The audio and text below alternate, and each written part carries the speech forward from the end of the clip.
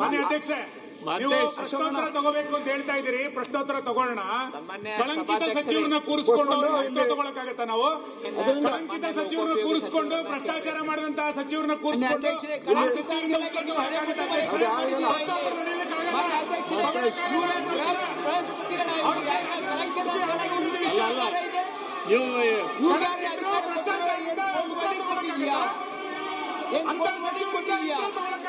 Notice ಕೊಟ್ಟಿರಿ? ಇದಕ್ಕೆ ನಿಯಮ ಏನಿಲ್ಲ ಇಲ್ವಾ? ಅಂತ ಸಚಿವರನ್ನ ಇಟ್ಕೊಂಡು ಭ್ರಷ್ಟಾಚಾರ ನಡೆಸಿದ್ರೆ ಹೆಂಗ್ ನಡೆಯಕ್ಕಾಗತ್ತೆ? ಈ ತರ ಸದನ ಹೆಂಗ್ ನಡೆಸಬೇಕಾಗುತ್ತೆ? ನೀವ್ ಹೇಳ್ರಿ ವಿರೋಧ ಪಕ್ಷರೇ, ಭ್ರಷ್ಟಾಚಾರ ಸರ್ಕಾರದ ಉತ್ತರ ನಮಗೆ ಬಂದಿಲ್ಲ. ಅಂತ ಉತ್ತರ ಪ್ರಮೇಯ ನಮಗೆ ಬಂದಿಲ್ಲ. ತಗೊಳ್ಳಿ ರಾಜೀನಾಮೆ ಪ್ರಶ್ನೆ ನಿಮ್ಗೆ ನೋಟಿಸ್ ಕೊಡಿ, ಚರ್ಚೆ ಮಾಡ್ಬೇಕಾದ್ರೆ. ಅಧ್ಯಕ್ಷರೇ, ಈಗ ನೋಡಿ, ನಾವು ಈಗಾಗಲೇ ಒಂದು ನಿಮಿಷ ಕೂತ್ಕೊಳ್ಳಪ್ಪ ಅಧ್ಯಕ್ಷರೇ. ಅವಕಾಶ ಕೊಟ್ಟಿಲ್ಲ ಈಗ. ಇಲ್ಲ ನೋಡಿ, ನಾವು ಈ ಮಂತ್ರಿಯನ್ನ ರಾಜೀನಾಮೆಯನ್ನ ಇದೇ ಸದನದಲ್ಲಿ ಸಿದ್ದರಾಮಯ್ಯನವರು ತಗೊಂಡಿದ್ದಾರೆ. ಇದೇ ಸದನದಲ್ಲಿ ಸಿದ್ದರಾಮಯ್ಯನವರು ಮಂತ್ರಿ ರಾಜೀನಾಮೆ ಹಣ 187 ಕೋಟಿ ಲೂಟಿ ಆಗಿರೋದು ಈ ಸದನದಲ್ಲಿ ಒಪ್ಪಿಗೆ ಆಗಿದೆ. ಅದಾದ್ಮೇಲೆ ರಾಜೀನಾಮೆ ಕೊಟ್ಟರು, ಒಪ್ಕೊಂಡಿದ್ದಾರೆ. ಈಗ ಮತ್ತೆ ಅವ್ರನ್ನ ನೀವು ಮಂತ್ರಿ ಮಾಡಿದ್ರೆ ಈ ಸದನಕ್ಕೆ ಏನ್ ಗೌರವ ಬರ್ತದೆ? ಅವ್ರನ್ನ ತೆಗೆದಿದ್ದು ಯಾಕೆ, ಸೇರಿಸ್ಕೊಂಡಿದ್ದು ಯಾಕೆ ಅಂತ ಹೇಳ್ಬೇಕಲ್ಲ ಸದನಕ್ಕೆ. ಸರ್ಕಾರಕ್ಕೆ ಪ್ರಜಾಪ್ರಭುತ್ವದ ಮೇಲೆ ಗೌರವ ಇದೆಯಾ? 187 ಕೋಟಿ ಲೂಟಿ ಆಗಿರೋದು ನಿಜ. 187 ಕೋಟಿ ಲೂಟಿ ಆಗಿರೋದು ನೈತಿಕ ಹೊಣೆ ತನಿಖೆ ಆಗಲಿ.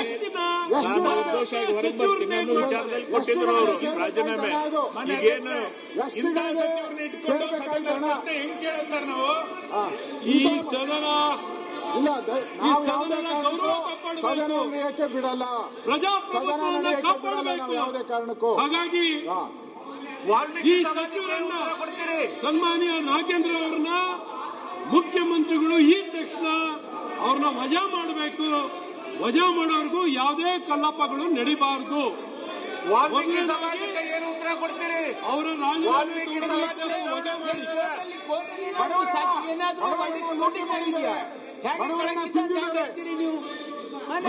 ಈ ರೀತಿ ಮುಖ್ಯಮಂತ್ರಿಗಳು ಸಿದ್ದರಾಮಯ್ಯ ಒಪ್ಕೊಂಡಿದ್ದಾರೆ.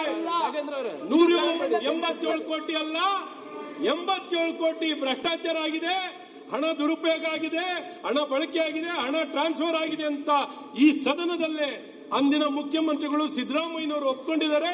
ಒಪ್ಪಿ ಅದರ ಆಧಾರಿತವಾಗಿ ಅವರು ರಾಜೀನಾಮೆ ಕೊಡುವಂತದ್ದಾಗಿದೆ.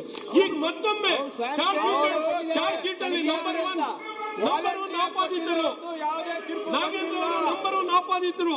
ಯಾವ ರೀತಿ ಪರಿಶಿಷ್ಟ ಪಂಗಡ ಜನರಿಗೆ ನ್ಯಾಯ ಕೊಡಕ್ಕಾಗತ್ತೆ? ಪರಿಶಿಷ್ಟ ಪಂಗಡ ಜನರಿಗೆ ಪ್ರತಿನಿಧಿಸುವಂತ ವ್ಯಕ್ತಿ ಆ ಜನಾಂಗಕ್ಕೆ ಅನ್ಯಾಯ ಮಾಡುವಂತ ವ್ಯಕ್ತಿನ ಮತ್ತೊಮ್ಮೆ ಹೇಗೆ ಸಚಿವರಾಗ್ತಾರೆ?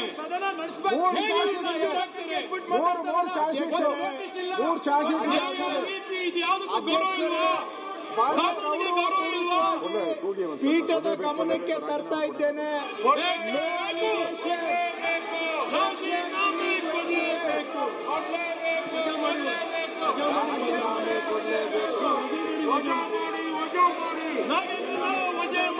ತಾವು ದಯವಿಟ್ಟು ಇದನ್ನ ಪರಿಶೀಲಿಸಿ ಅಧ್ಯಕ್ಷರು ಇದ್ರ ಬಗ್ಗೆ ತಮ್ಮ ರೂಲಿಂಗ್ ಕೊಡಬೇಕು.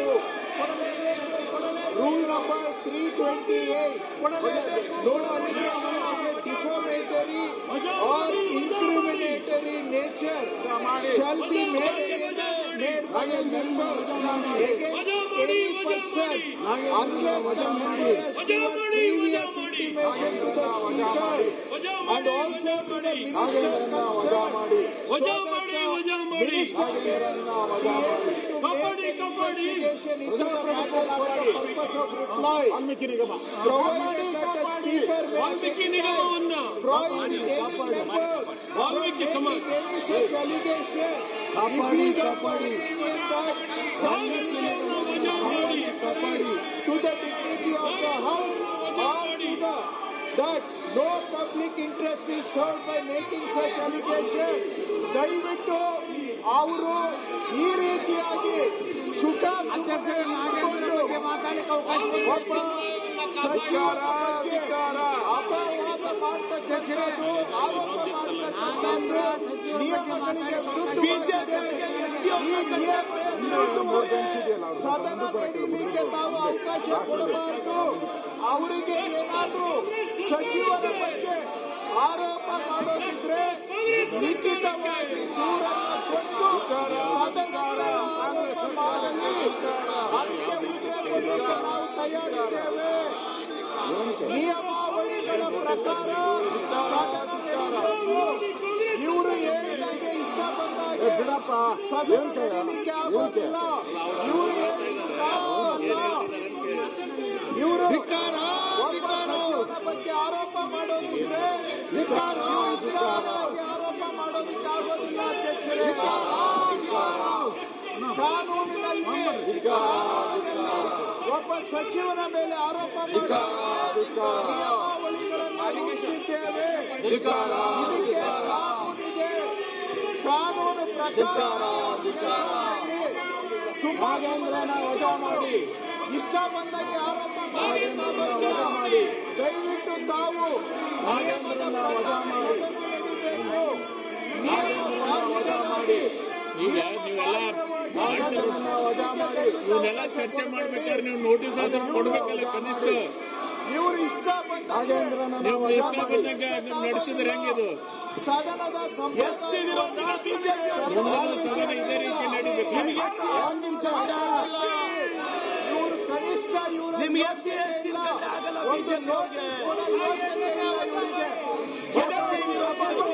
ದಾಂಧಲೆ ಮಾಡ್ತಾ ಇದ್ದಾರೆ. ಅಧ್ಯಕ್ಷರೇ, ಈ ದಾಂಧಲೆಗೆ ಅವಕಾಶ ಕೊಡಬೇಡಿ ಅಂತ ನಾನು ತಮ್ಮಲ್ಲಿ ಪೀಠದಲ್ಲಿ ನಾನು ಮನವಿ ಮಾಡ್ತಾ ಇದ್ದೇನೆ. ದಯವಿಟ್ಟು ಇಂತಹ ಕಾನೂನು ಇವರು ದುರಾಡಳಿತಕ್ಕೆ, ಸದನದ ದುರುಪಯೋಗಕ್ಕೆ, ಗೂಂಡಾಗಿರಿಗೆ ನಿಯಮದ ಪ್ರಕಾರವಾಗಿ ಸದನ ತಮ್ಮಲ್ಲಿ ನಾನು ಪ್ರಾರ್ಥನೆ ಮಾಡ್ತಾ ಇದ್ದೇನೆ. ಅಧ್ಯಕ್ಷರೇ, ನಾನು ಮಾತಾಡ್ಲಿಕ್ಕೆ ಅವಕಾಶ ವಿರೋಧ ಪಕ್ಷದ ನಾಯಕರೇ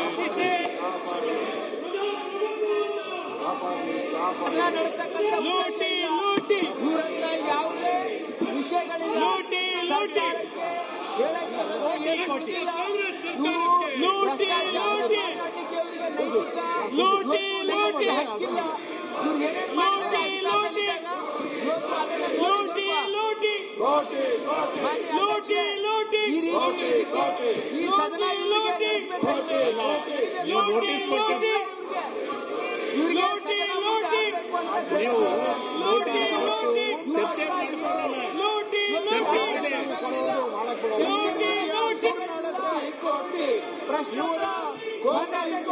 ಸದನ ಪ್ರತಿಬಿಂಬ ಇದು. ಏನ್ ನಿಯಮಾವಳಿ ಅದು ಅದ್ರ ಪ್ರಕಾರ ಹೋಗ್ರಿ, ನೋಟಿಸ್ ಕೊಡಿ, ಚರ್ಚೆ ಮಾಡಿ. ನಿಮ್ಗೇನು ಬೇಕಾಗಿಲ್ಲ, ಚರ್ಚೆ ಇಲ್ಲ. ರಾಜೀನಾಮೆ ಕೊಟ್ಮೇಲೆ ಚರ್ಚೆ. ನಿಮ್ಗೆ ಅದು ಯಾವುದೂ ಬೇಕಾಗಿಲ್ಲ. ನಿಮ್ಗೆ ರಾಜೀನಾಮೆ ಕೊಟ್ಮೇಲೆ ಚರ್ಚೆಗೆ ಬರ್ತೀರಿ. ಈ ರೀತಿ ರಾಜೀನಾಮೆ ಕೊಡ್ಬೇಕು ಅವರು, ಅದಾದ್ಮೇಲೆ ನಾವು ಚರ್ಚೆಗೆ ಚರ್ಚೆ ಮಾಡಿ ಯಾಕೆ ಕೊಡ್ಬೇಕಂತಾರ ಅವ್ರು ಸಮರ್ಥನೆ ಮಾಡ್ಕೊತಾರ. ಯಾವ್ದಾದ್ರು ಜನ ಕೇಳ್ತೈತೆ ಅದನ್ನೇ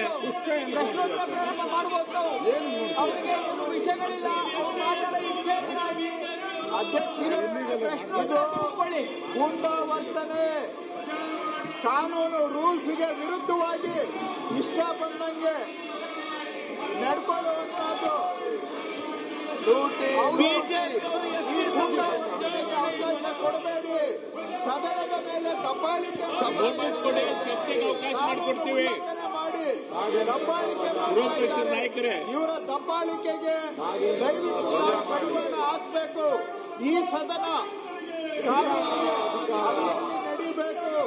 ಈ ರೂಲ್ಸ್ ಮಾಡಿದ ಸಂವಿಧಾನದ ಅಡಿಯಲ್ಲಿ ನಾವು ಮಾಡಿದ್ದೇವೆ.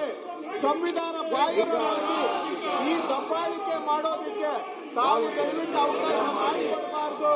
ಇವರು ಕೇವಲ ರಾಜಕೀಯ, ಅವ್ರ ಮನೆ ಒಳಗಡೆ ಬೆಂಕಿ ಎತ್ಕೊಂಡಿದೆ, ಅದನ್ನ ಮುಚ್ಚಿಡೋದು ಎಲ್ಲ ಬೋಗಸ್ ಆರೋಪಗಳನ್ನ ಮಾಡ್ತಾ ಇದ್ದಾರೆ. ಇವರಿಗೆ ಇವ್ರ ಮನೆ ಒಳಗೆ ಅಂಟ್ಕೊಂಡು ನಡೀತಾ ಇದೆ, ಒಳಗಡೆ ಕಿತ್ತಾಟ ನಡೀತಾ ಇದೆ, ಅದನ್ನು ಮುಚ್ಚಿಕೊಳ್ಳೋದಕ್ಕೆ ಇನ್ನೊಬ್ಬ ಇವ್ರ ಮನೆಗೆ ಬೆಂಕಿರೋ ಬೆಂಕಿ ಆರಿಸೋದು ಬಿಟ್ಟು ಇನ್ನೊಬ್ಬರ ಮೇಲೆ ಆರೋಪ ಮಾಡ್ತಾ ಇದ್ದಾರೆ. ಇವರು ವೀರರಲ್ಲ, ಶೂರರಲ್ಲ, ರಣಹೇಳಿಗಳು. ರಣಹೇಡಿಗಳಿವರು.